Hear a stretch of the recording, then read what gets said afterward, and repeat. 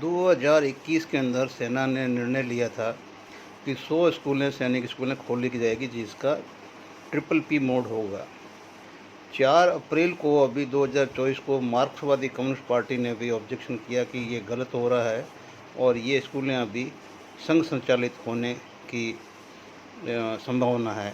वही मैटर 10 अप्रैल को कांग्रेस के वरिष्ठ और नेता और अध्यक्ष मल्लिकार्जुन खड़गे ने उठाया है कि ये जो केंद्र ने निर्णय लिया है, जिसमें 40 MOU हुए हैं और जिसमें 66% स्कूलें हैं जो मतलब RSS के बंदों को दी गई है, और ये है जो अच्छी बात नहीं है, क्योंकि RSS वो अपने हिसाब से उस स्कूलों को चलाएगी और सैन्य स्कूलें जो भी है सेना के हिसाब से चले तो अच्छी बात है।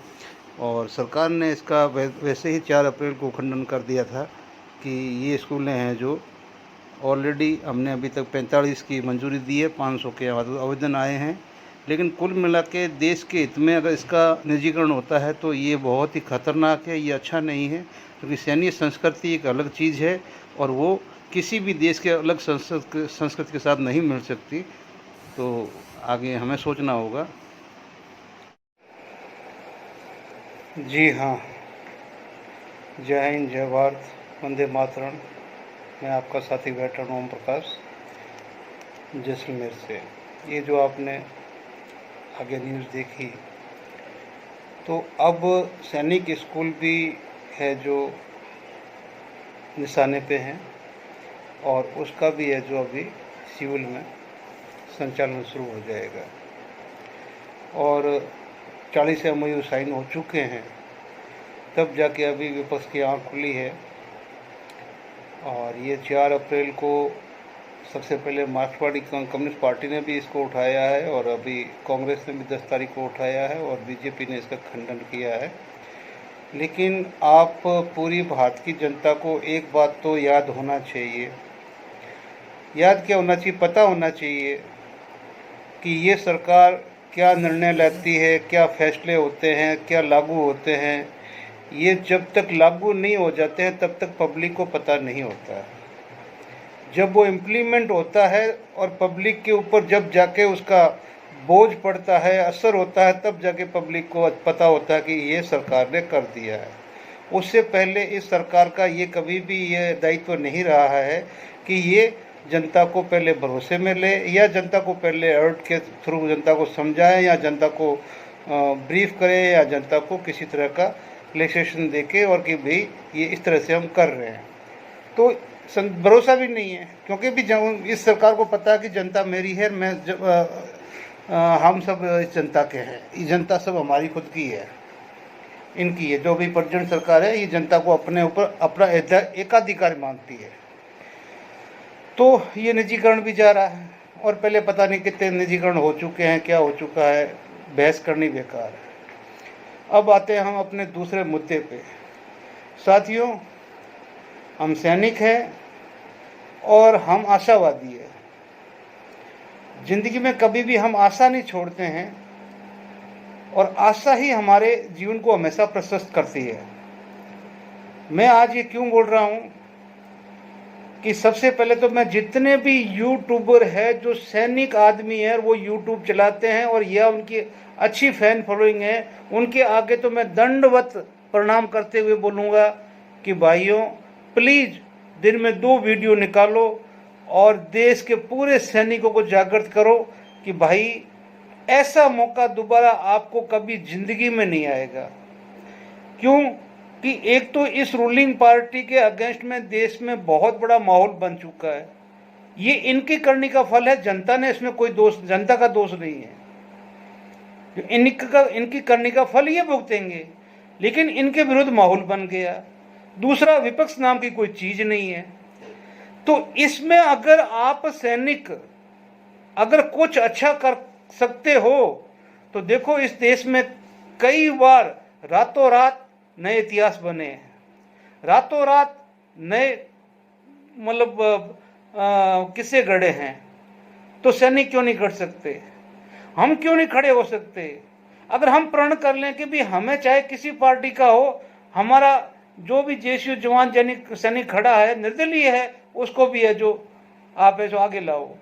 हमारा मेन मकसद है, हमारा बंदा है जो संसद में जाना चाहिए, चाहे जय जवान जय किसान पार्टी से, चाहे वो बिहार की जो पार्टी है, जो भी पार्टी है, वंदे भारत पार्टी, जो भी पार्टी है वो पार्टी है, चाहे वो किसी पार्टी से टिकट लिया हुआ सैनिक है तो भी चलेगा।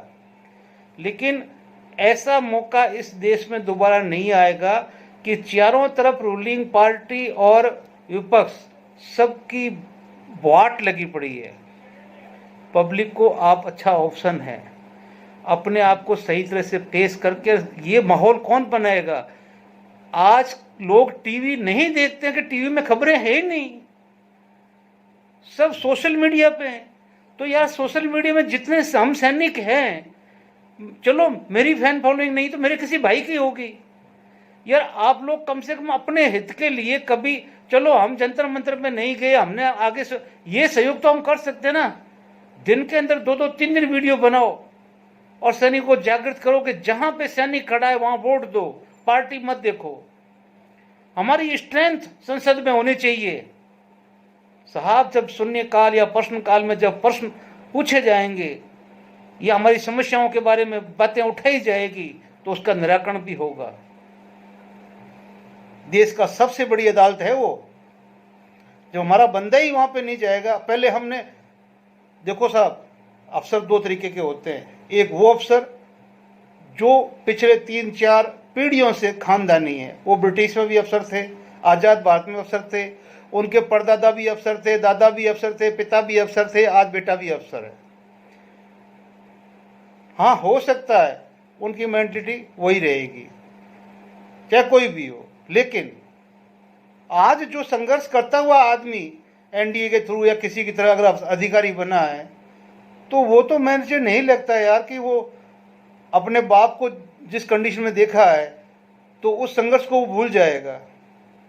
मेरे बेटे ने अगर मान लो 30 साल में मेरे साथ रह के अगर संघर्ष देखा है, कल वो एनडीए ज्वाइन कर लेता है, तो यार क्या उसने मेरा संघर्ष देखा नहीं है कि पापा के साथ क्या क्या गुजरी है? तो साहब सबको एक साथ मत रगड़ो। मैं उस क्लास 1 जो वो है ना, जो 4 पीढ़ी वाले, हाँ वो अपनी जगह से टच, उनको कोई मतलब नहीं है। तो प्लीज़ ऐसा मत करो। आपके पास में एक बहुत बड़ा अपॉर्चुनिटी दिया, कुदरत ने दे दिया अपने आप ही, कि चाहे आपका सैनिक निर्दलीय खड़ा है उसको भरपूर वोट दे के जीताओ, पार्टी से भरपूर दे के जीताओ, कहीं से भी खड़ा है जीताओ, सैनिकों को संसद में भेजो। बस ये एक आंदोलन मुहिम चला दो 2 महीने के लिए, आखिरी चुनाव की तारीख के तक के लिए, जो चुनाव की आखिरी तारीख को जो वोट पड़ेगा तब तक के लिए ये मुहिम बना लो।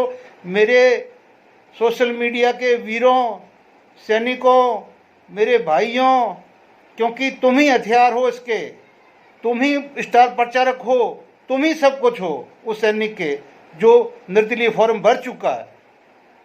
आप ही सब कुछ हो उसके, करोगे पाओगे। और देखना, अगर हमारा बीज संसद में रुक गया तो वो पौधा भी बनेगा और वो फल भी देगा।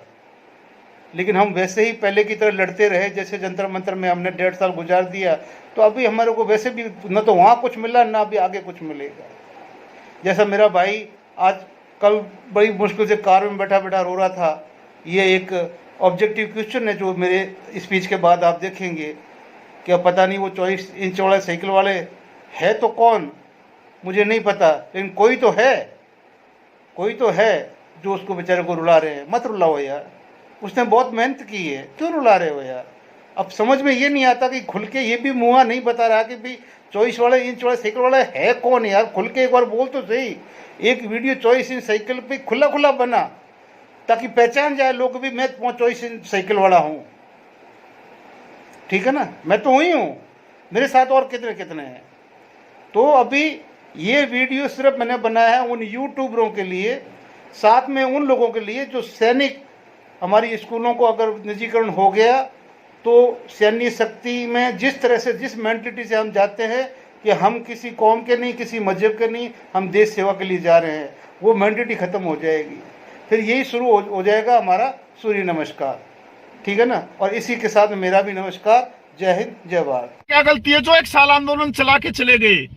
अरे उनके पैर खींचने वाले यही थे, 24 इंच की साइकिल वाली।